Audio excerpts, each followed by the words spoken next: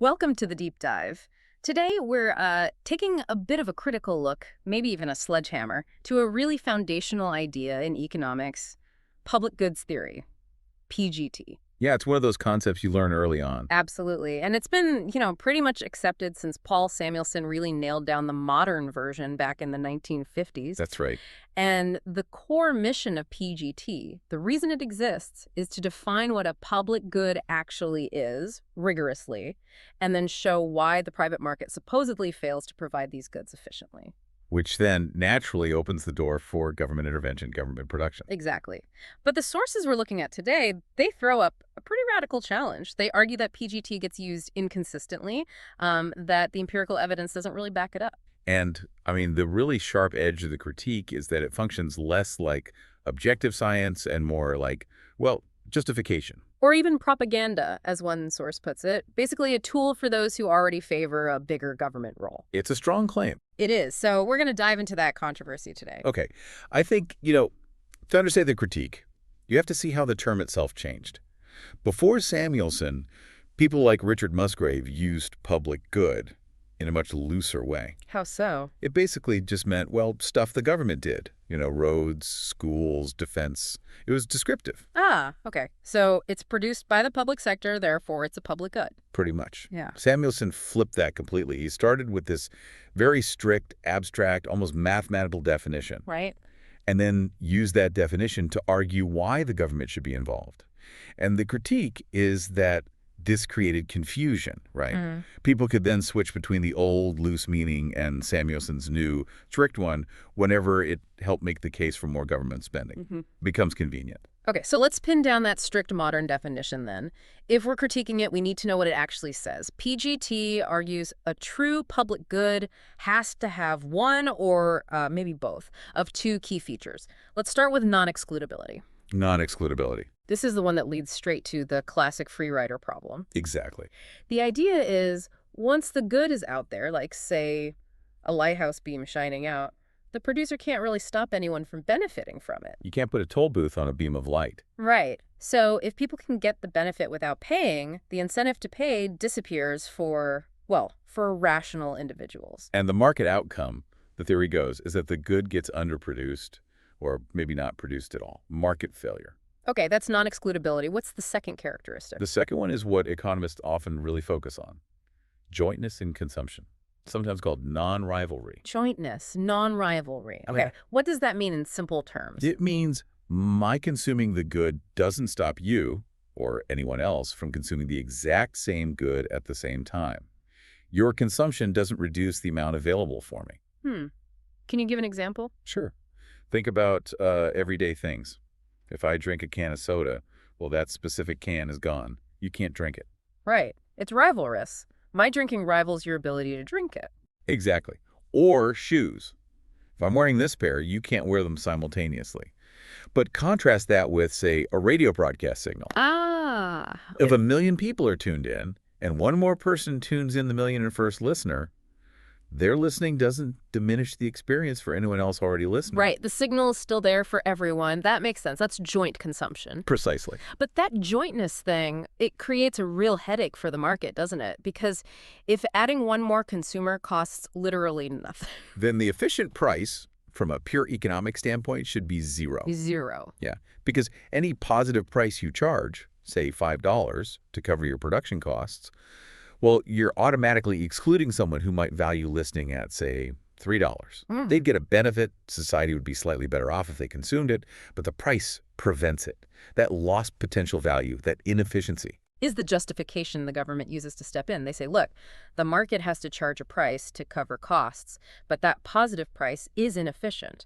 So we need to provide it and fund it through taxes, making it free at the point of use. That's the argument. The need to cover costs inherently creates an inefficient outcome that only government funding can fix. It sounds quite elegant, logically, but the critique argues that when you actually look at what governments do spend money on, this whole theoretical structure kind of falls apart. It really does. So, okay, let's test this theory against reality.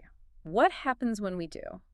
Well, first, there's the point made by economists like James Buchanan, Mm-hmm. just showing that the market might be messy or fail in some theoretical sense, Mm-hmm. but doesn't automatically prove that government intervention will be better. Governments can be incredibly inefficient, too, right? They have their own failures. Right. Government failure is a real thing, too. You can't just assume government is the perfect solution. Exactly. But the really damning evidence, according to the sources, comes from just looking at the data. We can Mm. actually test if government spending fits the rigorous PGT definition. How do you test that? What's the method? It's actually pretty straightforward. Remember, jointness. If a good is truly non-rivalrous, doubling the number of people consuming it shouldn't really double the cost of providing it. Like the radio broadcast example. Same transmission cost whether one person listens or a million listen. Exactly. So the test is, look at government activities. When the population served doubles, what happens to the cost? Okay. And what does happen? Well, the overwhelming finding is that for most things governments do, doubling the community size approximately doubles the cost. Ah, so it scales like a private good, not a public good. Precisely. The cost structure itself tells you these are generally rivalrous goods, not joint consumption goods in the way PGT defines them. They're essentially private goods being produced or funded by the public sector. Okay, let's make this concrete. Give me some big examples of government spending. All right, think about the biggest budget items. Social Security, welfare payments, things like that, redistribution. Is that a public good? Well, no. If I receive a social spend, it's completely Exactly. It's a private transfer. What about education? Huge state and local expense.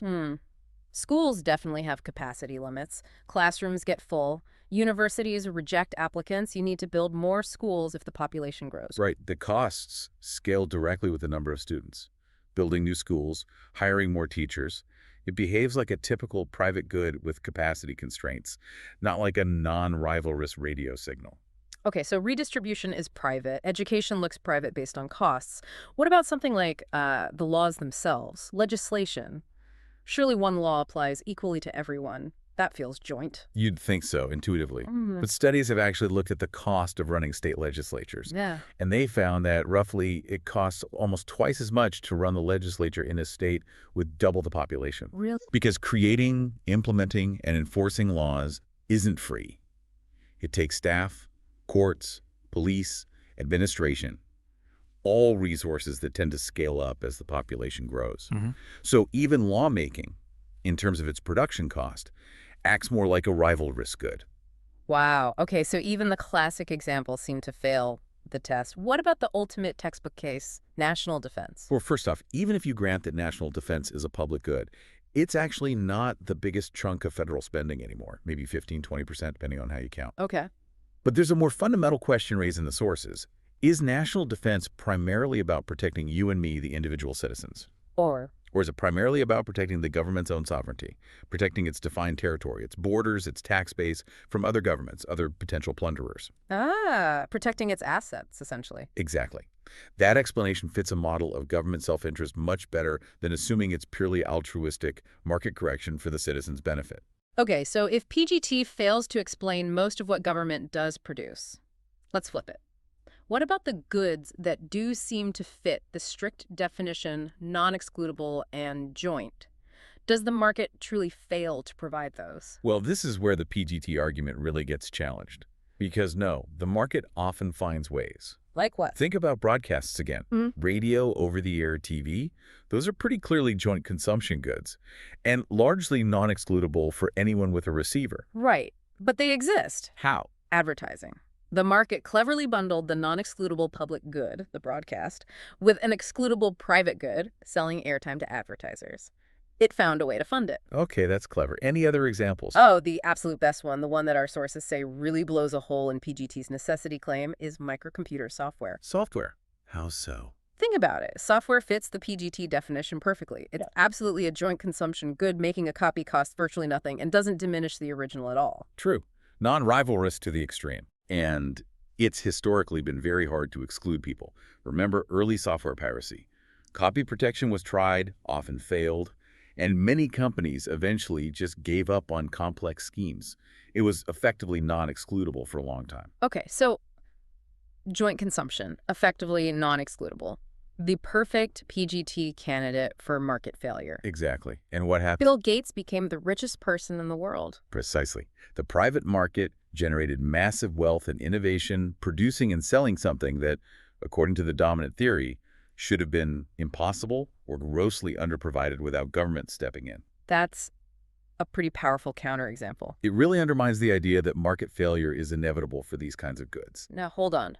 Someone listening might say, but wait, copyright laws, that's government intervention making software profitable. And that's a fair point to raise. Copyright law absolutely helps by defining and protecting property rights in intangible goods like code. But that's an argument for having a legal framework that protects property rights, which most economists support for all sorts of goods.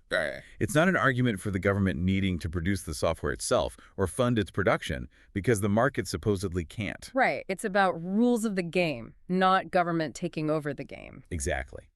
The sheer success of the private software industry demonstrates the market can handle these public goods, invalidating a core premise of PGT as a justification for government production. Okay, so if PGT doesn't really explain what the government produces and the market can produce things PGT says it shouldn't be able to, we need a different way to think about why government does what it does, one that fits with standard economic assumptions about self-interest. Right.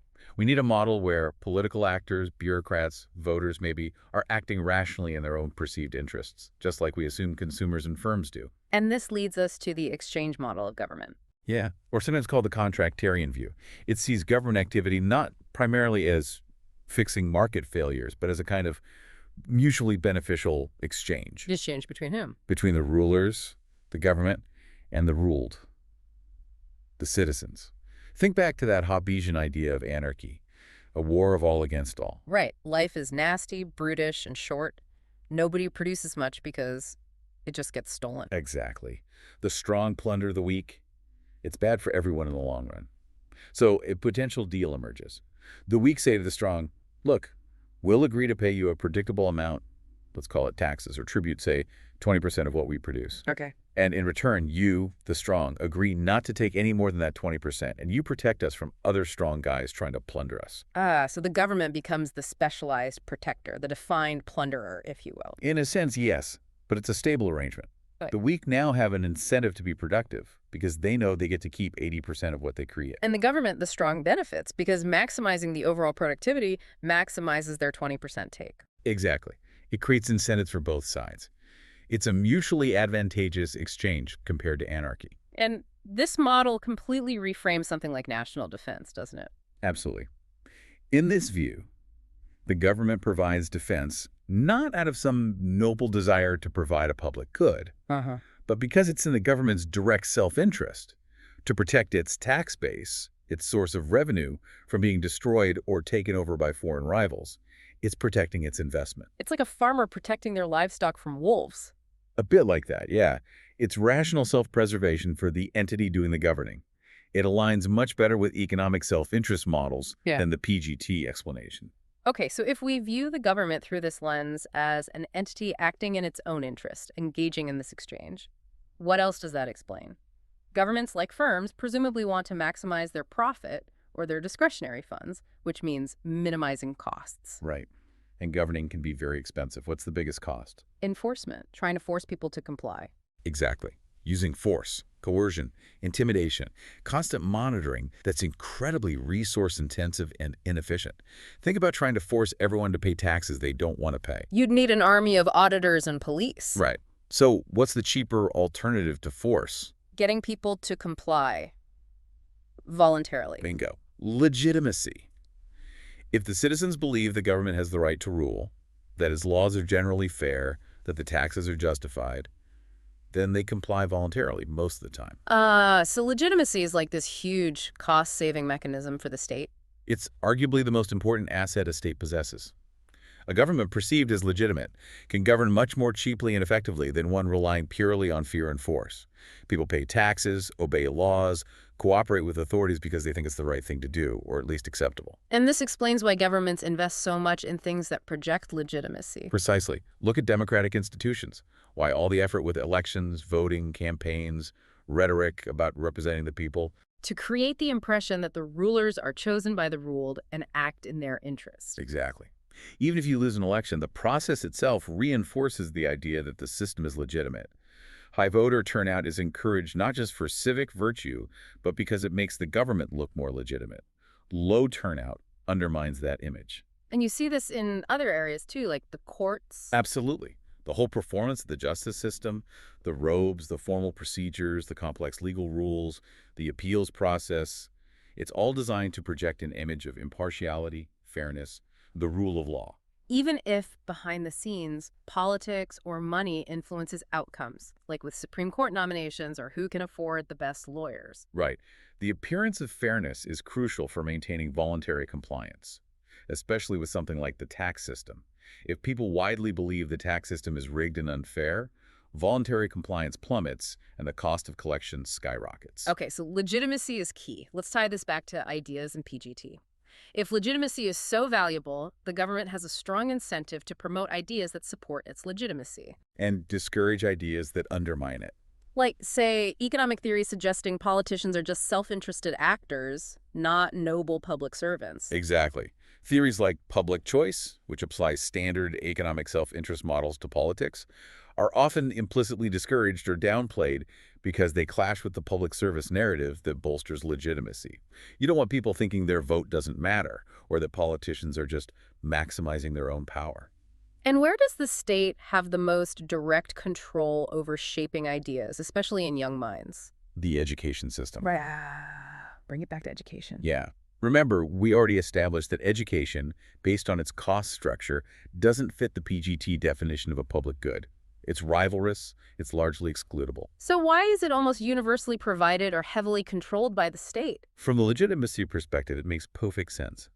By nationalizing or heavily regulating education, the state controls the curriculum, the narratives, the values transmitted to the next generation during their most formative years. And the teachers themselves are usually state employees. Right. Especially in systems with strong unions and tenure, teachers have an alignment of interest with the state. The sources argue they become, often unconsciously, effective agents for transmitting the state's preferred narratives about its own legitimacy and necessity. They become tools for reinforcing the status quo. That's the argument. They often genuinely believe in the messages they convey, making them even more effective. And you see this reflected in debates about school choice or private schools, right? Absolutely. Private schools might often demonstrate superior academic results, but what's the common criticism you hear leveled against them by defenders of the public system? That they don't do a good job of socializing students. Exactly, which is often code for making them good, compliant citizens who accept the legitimacy of the current system. The priority isn't just academic skills. It's instilling acceptance of the state's role. If academic excellence were the only goal, the state could just issue vouchers and let private schools compete. Precisely. The state's heavy involvement in running schools makes much more sense if you see public education as a vital part of the government's apparatus for maintaining and reproducing its own legitimacy across generations. Okay, so let's try to wrap this up. The core argument we've explored today is that public goods theory, despite, significant theoretical inconsistencies and a real lack of empirical support for its claims about government spending, it persists. And the reason it persists, according to this critique, is because it serves the interests of the state. It provides this clean, seemingly scientific, efficiency-based justification for government intervention. The market failed, we're just stepping in to make citizens better off. Which enhances the state's image, its legitimacy, makes it seem necessary and beneficial, which, as we discussed, lowers the cost of governing dramatically. Right. Voluntary compliance is cheap, force is expensive. And the critique even extends to the origins of the theory itself, doesn't it? Pointing out that academics like Samuelson, often proponents of larger government roles, were working within a state-funded higher education system. Yeah, suggesting there was perhaps an implicit incentive to develop theories that justified the existence and expansion of the very state that supported their institutions and careers. It's a pretty cynical take, but it applies that same self-interest logic consistently. It does. And it leaves us, and you the listener, with a pretty provocative thought to chew on. Which is? If the primary function of major institutions like public education and maybe even influential economic theories like PGT isn't necessarily what it says on the label, like educating kids or fixing market failures, but is actually more about enhancing state legitimacy and lowering the cost of rule, Hmm. then what other widely accepted justifications for government actions might start to look different if we analyze them through the lens of the state's self-interest in maintaining its own power and legitimacy as cheaply as possible.